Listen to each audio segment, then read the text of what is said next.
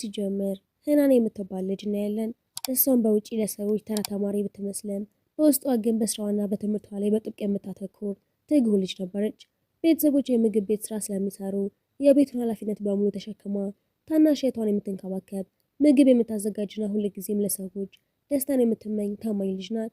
በህይወቷ ውስጥም ሂካሪና አኪራ የተባሉ ሁለት ቅርብ ጓደኞች አሏት። አኪራ የሚባለው ጓደኛዋ ከልጅነቱ ጀምሮ በሚስጥር ቢወዳትም እሷ ግን በትምህርቷና በቤተሰቧ ላይ ብቻ በማተኮሯ የጓደኛን ስሜት በጭራሽ አልተረዳችም ነበር። አንድ ምሽትም ታናሽ እህቷ የሲንደሬላን ታሪክ ያነበበችላት እያለ እህቷ ወደ ቲቪ ጠቆመች። እውነተኛው ልዑል እዛ ቲቪ ውስጥ ያለው ነው ትላትና እሷም ወደ ቲቪው ስታይ ኬይ የተባለውን ታዋቂ አክተርና የቀድሞ የኬፖፕ ዝነኛን ታየዋለች።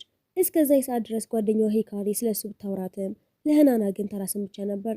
አሁን ግን በድንገት ትኩረቷን ይስበዋል። በዛኑ ምሽትም ሂካሪ ደውላ ትልቅ የምስራች ትነግራታለች።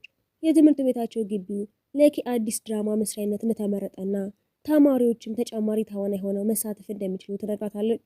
እሷን በጉጉት ተሞልታ ስሟ እንዲመዘገብ ጠይቃለች። በሚቀጥለው ቀንም ትምህርት ቤቱ ወደ ፊልም መስሪያነት ይቀይራል። በሳይንስ ላብራቶሪ ውስጥ በሚቀረጸው ትዕይንት ላይ ከኬ ጋራ ተጋጭታ ትወድቅና ኬ በትህትና ይቅርታ ጠይቋት ሲሄድ በደስታ የተሞላ ፈገግታን ያሳያታል።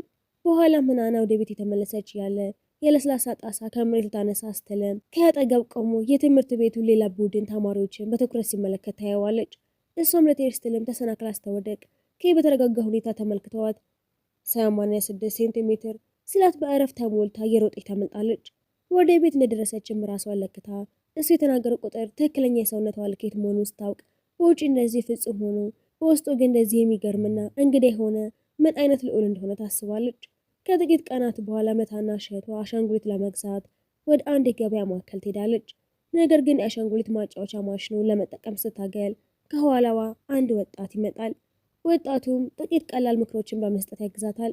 በስም እርዳታ አሻንጉሊቱን በመጨረሻ ማውጣት ትችላለች። እነሆ አንግሉን ትንሽ ካስተካክለሽ ብታይሽ ኖሮ በቀላሉ ይወጣልሻል።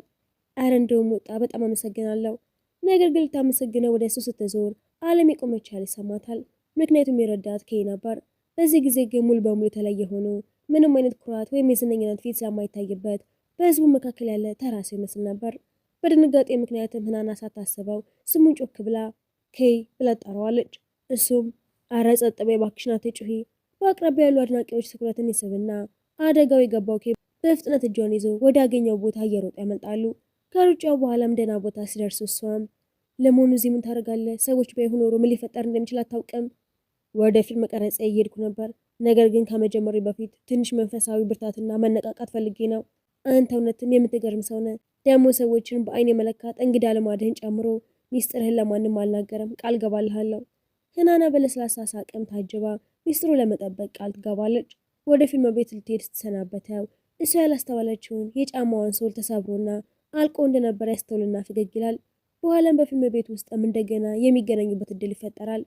ኬም ያንኑ ተመሳሳይ ፊልም ለማየት እዛ ተገኝቶ ነበር። ፊልሙ በሚታይበት ጊዜ እሷ በታሪኩ በጣም ትነካለች። ሁል ጊዜም የተረት ታሪኮችን በተለይም የሲንደሬላ አፈ ታሪክ ተወድ ነበር። ፊልሙ አልቆ መብራቱ ሲበራ እሷ በጨለማ ውስጥ ተቀምጣ እንባውን በዝምታ ታጠርጋለች። በድንገትም ኬይ ጎንበስ ብሎ የራሱን ጫማ አውልቆ ይሄንን ጫማ አርጊው ብሎ ይስጣታል። አይሆንም፣ የእንደዚህ አይነት ሰው ጫማ እንዴት አደርጋለሁ ብላም ቤት ትለዋለች። ታስቸግረውም እሱ ግን በቀንነት ድርቅ በማለቱ ለመቀበል ትስማማለች። በሚቀጥለው ጠዋትን በትምህርት ቤት ውስጥም ነገሮች የተለዩ ይሆኑና ህናና በወንበሯ ላይ ተቀምጣ አእምሯ ተበታትኖ በመጽሐፎቿ ላይ ማተኮር ያቀታታል። በድንገት ሳታስበው ደግሞ ኮሪደሩ በጩኸትና በእልልታ ይታመሳል። ታዋቂው ተዋናይ ወደ ህንፃው ገብቶ ነበር። ህዝብ ወደፊት ሲጋፋ ኬይ ሁካታውን ችላ ብሎ አይኖቹ እሷን ይፈልጉና በቀጥታ ወደ እሷ ጋር ይራመዳል። እሱ ሲቀርብም መላው ክፍል ጸጥ ይላል። ሂካሪ፣ አኪራና ሌሎች ተማሪዎችን በድንጋጤ ይመለከታሉ። ከዛም ህናና በጣም የምትወዳቸውን የተረት ታሪኮችን በሚመስል መልኩ በእሷ ፊት ተንበርክኮ አዲስ ጥንድ ጫማ እንድትለብስ ይረዳታል። ቀና ብሎ እያያትም ልክ አንቺ እንዳሰብሽው የተረት ታሪክ አደረግኩት አይደል?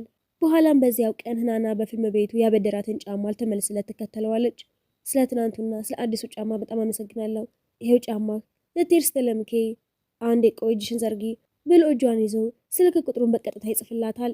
ከዚያም ደውዪልኝ እጠብቅሻለሁ። የተረቱ ታሪክ ገና መጀመሩ ነበር። በዛች ምሽትም ህናና ልብ በደስታ ይመታ ነበር። ወደ ኬይ ለመደወል ቸኩላ በመዳፏ ላይ የተጻፈውን ቁጥር ስትደውል ግን የደወሉበት ቁጥር በአሁኑ ሰዓት አይሰራም። ይላትና ተስፋ በአንድ አፍታ ይከስማል። ተዋናይ በሆነ ሰው ህይወት ውስጥም ለጥቂት ጊዜ ማረፊያ ብቻ እንደነበረች አምና እኔ ምን አገባኝ ብዬ ነው ለእንደሱ አይነት ኮከብና ዝነኛ እኔ እኮ ተራ ልጅ ነኝ ብላ እያለቀሰች የእጇን ጽሑፍ ለማጥፋት ትሞክራለች። በሌላ በኩል ደግሞ ኬይ የቀድሞ ፍቅረኛው ከሆነችው ሹከት አባሊ ተዋናይ ጋራ እራት እየበላ ነበር። ሁለቱም ያለፈው ታሪካቸውን በሰላም እንዳጠናቀቁ ሁለት ሰዎች በተረጋጋ ሁኔታ ተቀምጠው በሚቀጥለው ፊልማቸው ላይ አብሮ ለመስራት ይዘጋጃሉ። ኬይም ከህዝባዊ ኃላፊነቱ የራቀ ይመስላል። ማናጀሩም ኬይ ጥንቃቄ አድርግ፣ አሁን አላስፈላጊ ወሬ ከተፈጠረ ስራህን በሙሉ ያበላሸዋል ብሎ የሚሰጠውን ጠንካራ ማስጠንቀቂያ ችላ ይላል። በድንገት የመኪናውን መስኮት አውርዶ ሲያየም ህናና በመንገድ ላይ ስትሄድ ያያታል። ያለምንም ተጨማሪ ማሰብም ወዲያውኑ ከመኪና ወርዶ ወደ እሷ ጋር እየሮጠ ሄድና ህናና ለምን አልደወልሽልኝም? ሙሉ ምሽት ውስጥ ጠብቅሽ ነበርኩ። ደውዬ ነበር ግን ይሰራል ያልከኝ ቁጥር አይሰራም ነበር ተመልከት ብላ ስልኳን ትሳየዋለች። ያኔ ስህተት እንደሰራ ይረዳና ትክክለኛውን ቁጥሩ ሊሰጣት ስልኩን ሲያወጣ እጇን ወደኋላ ትስባለች። የተጎዳችውና ልቧን ለመጠበቅ የፈለገችው ህናና በእኔ ላይ እንደዚህ አይነት ጨዋታ መጫወትን አቆም።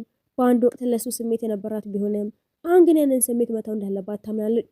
እሱ ግን ጥላው እንድትሄድ አልፈቀደላትም ነበር። ወደ ሰው የበለጠ ተጠግቶ ለስላሳና ማራኪ በሆነ ፈገግታ ተስፋ ማድረግና የሆነ ነገር መጠበቅ ድክመት አይደለም። እሷም ግራ በተጋባችበት ሰዓት እውነቱን ለመናገር ይወስንና የመጀመሪያ ቀን ካዩሽ ጊዜ ጀምሮ ስምሽን ማወቅ ፈልግ ነበር። የመጀመሪያ እይታ ፍቅር ነበር ህናና ብላ ትነግረዋለች። በሚቀጥለው ቀንም ህናና ለመጀመሪያው እውነተኛ የፍቅር ቀጠሯቸው ልዩ ጥንቃቄ አድርጋ ትለብሳለች። ነገር ግን ህይወት ቀላል ሳትሆንላት ልትወጣ ስትል የአበባ ቅፍ ይዞ የሚጠብቃትን አኪራን ታገኘዋለች። እሱም በሚያየው ነገር በጣም ግራ ተጋብቶና ተጎድቶ ነበር። እሷም በመጨረሻም መቶ ከወሰዳት ኬይ ጋራ ትሄድና ወደ ግል መኖሪያ ቤት ይወስዳታል። ወደ ውብ ቤት ውስጥ ገባም ኬይ ወደ ግል ግቢ የጋበዝኳት የመጀመሪያው ልጅ አንቺ ነሽ። የቀድሞ የኬፖፕ ዘመኑን ፎቶዎች እያዩና ቀላል ምሳ አብረው እየተመገቡ ምሽቱን በሰላማዊ ሁኔታ ያሳልፋሉ። ፊልም ለማየት ሲቀመጡም ኬይ እንቅልፍ ይወስደዋል። እሷም በፍርሃትና በእፍረት ተሞልታ ፊቱ ልትነካው ስትል ኬይ በፍጥነት ሁኔታውን ወደ ጨዋታ በመቀየር ሳታስብ ያስደነግጣታል። መቀራረብ ጀምሩና በሩ በኃይል ተካፍቶ የኬይ ማናጀር ባየው ነገር ተናዶ ወደ ውስጥ ይገባል።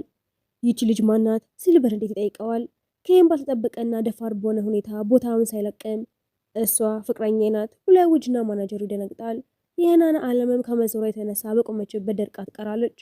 ወደ ቤት ሲመለሱም የኬይ ማናጀር ይሄ ግንኙነት የገነባውን ነገር በሙሉ ሊያፈርስበት እንደሚችል አጥብቆ ያስጠነቅቀዋል። የፊልም ቀረጻው በጠበበበት በዚህ ሰዓትም ቅሌት ለሙያው በፍጹም የማይፈልገው ነገር ቢሆንም ኬይ ግን ሳይናወጥ ይቆያል።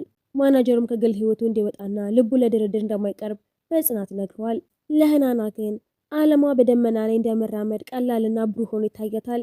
የኬይ ፍቅረኛ ተብሎ መጠራት ህልም ውስጥ እንዳለች ያህል እንዲሰማት ያደርጋታል።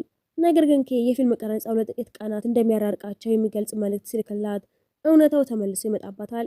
ነፃ ጊዜ ስላገኘችም አኪራን በቤተሰቡ የአበባ ሱቅ ውስጥም ልታግዛው ትሄድና እሱም በመጨረሻ የልቡን እውነት ይናገራል። ህናና እንደሚወዳትና አብሮ የሚኖሩበትን ጊዜም ያስብ እንደነበር ይነግራታል። እሷ ግን አሁንም በራሷ ዓለም ውስጥ ሆና የጓደኛዋን ህመም ሳትረዳ እንደ ቀልድ ትቆጥረዋለች። አኪራ ለፊልም ቀረጻ ትልቅ የአበባ ትዕዛዝ ይቀበልና ህናና አበቦቹ ልታደርስ ስትሄድም ኬይ የሚሰራበት የፊልም ቀረጻ ቦታ ላይ ትደርሳለች። እዛም ያየችው ነገር ልቧን የሚሰብር ነበር። ኬይ የቀድሞ ፍቅረኛ ከሆነችው ሹ ከተባለችው ተዋናይ ጋራ እንደ ፍቅረኛ ተቀራርበው የሚሰሩት ትዕይንት ላይ ነበር። ምንም እንኳን ትወና ቢሆንም ያየችው ነገር ግን ልቧን ይሰብረውና ልትመለስ ስትዞር ኬይ ያያታል። በፍጥነት ተከትሏትም ወደ አንድ ጸጥ ያለ ጥግ ይዟት በመሄድ ነገሩ የስራ ብቻ እንደሆነ ያስረዳታል። እሷም ሁኔታውን ተረታ ይቅር ትለዋለች። ኬይም በሁኔታው ተነክቶ አፍንጫዋን በጨዋታ እየነካ ከእንግዲህ ወዲህ ማንኛውም ወንድ ወደ አንቺ እንዲቀርብ አልፈቅድም ብሎ ይነግራታል። ይህ ሁሉ በሩቅ ሆና የምታየው ተዋናይ ሹ ግን በቅናትና በቁጣ ፊቷ ይቀይራል። ከጥቂት ቀናት በኋላም ኬይ ለቀጠሮ ይደውላታል። እሷ ግን የአኪራ ልደት ስለሆነ መሄድ እንዳለባት ገልጻ በጨዋነት እምቢ ትለዋለች። እሱም ሀሳቧን የተቀበለ ቢመስልም የራሱ የሆነ እቅድ ነበረው። በልደቱ ፓርቲ ላይም ሂካሪ ለአኪራ ዛሬ ስሜትህን ለህናና ግለጽላት፣ አጋጣሚው ተጠቀምበት እያለችው ታበረታተዋለች። አኪራ ሊናገር ሲል ግን ድንገት ክፍሉ ጸጥ ይላል። ኬይ በፓርቲው መሃል መቶ ለሁሉም ሰው በግልጽ እኔና ህናና ፍቅረኛሞች ነን ብሎ ያውጃል። ሂካሪ በደስታ ስትዘል የአኪራ ዓለም ግን ድብልቅልቅ ይልበታል። እንደ ኬይ ካለ ትልቅ ዝነኛ ጋር መወዳደር ከባድ እንደሆነም ይገባዋል። ቆየት ብሎ ሁለቱ ወንዶች ብቻቸውን ሲቀሩ እሱም ለኬይን እውነት ለህናና ያለ ፍቅር እውነተኛ ነው፣ ካልሆነ ግን ከህይወቷ ወጣ ብሎ ያስጠነቅቀዋል። እሱም የአኪራን ፍቅር እያከበረ ፍቅር እውነተኛና ጥልቅ ነው ብሎ ይመልስለታል። አኪራ ግን በቀላሉ እንደማይተው ይነግረዋል። ፓርቲው ሲያልቅም ኬይ ለእሷ የልብሽ ውድድር አሁን በይፋ ተጀምሯል፣ እኔ ደግሞ ማሸነፊያ አይቀርም በነጋታውም እሷ ወደ ኬ መኖሪያ ቤት ሄዳለች። በሩን ስትከፍተውም ሳይለብስ ስላገኘችው አፍራ ዓይኗን ትሸፍነዋለች። እሱ ግን እየሳቀ ያዝናናታል። ኬ ሙሉ በሙሉ ስላመናት የቤቱን ቁልፍ ጭምርም ይሰጣታል። ብቸኝነት ሲሰማሽ ወይም ሰላም ስትፈልጊ ሁልጊዜም ቤቴ ክፍት ነው፣ ልትመጪ ትችያለሽ። ለእሷም ይህ አጋጣሚ ልቧን በደስታና በተስፋ ይሞላዋል። ነገር ግን ደስታቸው ብዙ አልቆይም ነበር። ከጥቂት ቀናት በኋላ ኬ ምግብ ቤት ውስጥም የድሮ ባንድ አባላቱን አይቶ ሊያናግራቸው ቢሞክርም ሙሉ በሙሉ ችላ ይሉታል። የአይኖቻቸው መቀየርና እሱን ችላ ማለታቸው በጣም ያስከፋዋል። በዚያ ምሽትም ሶፋው ላይ ተኝቶ የነበረውን ትዝታውን ያስታውሳል። የነበራቸውን አንድነት፣ ሳቅና የወንድማማችነት ፍቅር።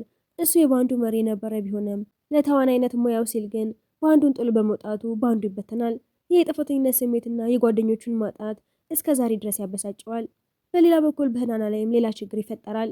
በትምህርት ቤትም የክፍል ጓደኞቿ ስለ ኬና ስለ ተዋናይቷ ሹ ሲያወሩ ትሰማቸዋለች።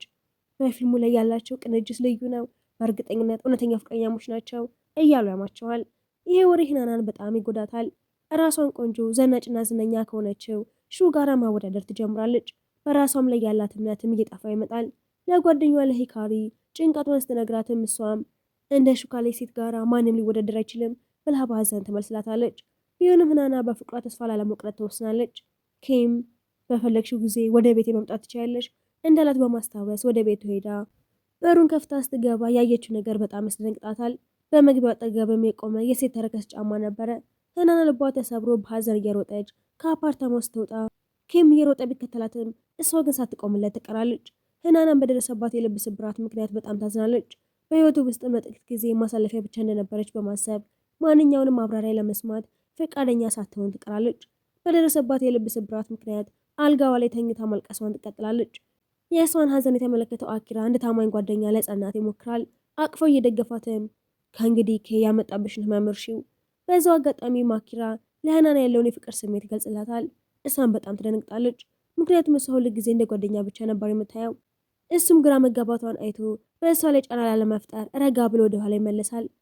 በህናና አይኖች ውስጥ ያለው እውነተኛ ደፋር ፍቅር የተመለከተችው ሹ ተስፋ በመቁረጥም እውነቱን ልትነግራት ትዘጋጃለች። ሹም እኔ ወደ እኔ እንዲመለስ ለምኘው ነበር፣ እሱ ግን እምቢ አለኝ። በዛች ቀን አፓርታማ ውስጥ የነበረ እውነት እኔው ራሴ ሊቀርበው የሞከርኩት ሲሆን እሱ ግን ምንም አይነት ምላሽ አልሰጠኝም ብላ እውነቱን ታወጣዋለች። እውነቱ ከተገለጠ በኋላ ምሹ የእነሱ ፍቅር መንገዱ እንዲያገኝ እኔ ወደ ኋላ ሄዳለሁ ብላ ትተዋቸዋለች። በዛው ምሽትም ኬ ወደ ህናና መቶ ስላለመግባባቱ ይቅርታ ይጠይቃታል። ፍቅሬ ከቀን ወደ ቀን እየጠነከረ መጥቷል። አሁን በህይወቴ ውስጥ በጣም አስፈላጊው ሰው አንቺ ብቻ ነሽ።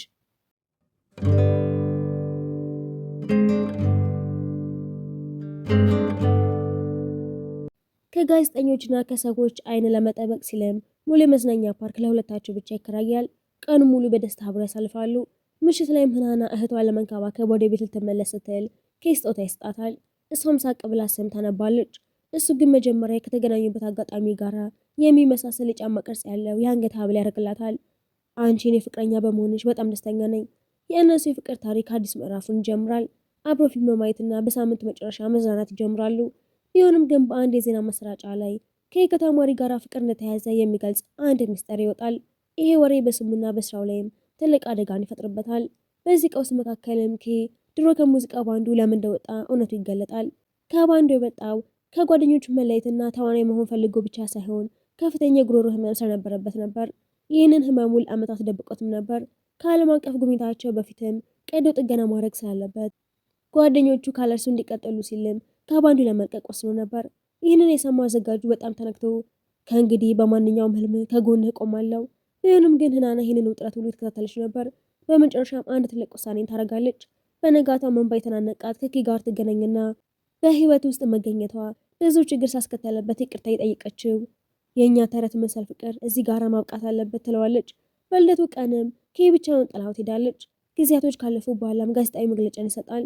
በካሜራዎች ፊትም ስለ ፍቅራቸው አምኖ ነገር ግን ድጋሚ እንደማይከሰት ይምላል።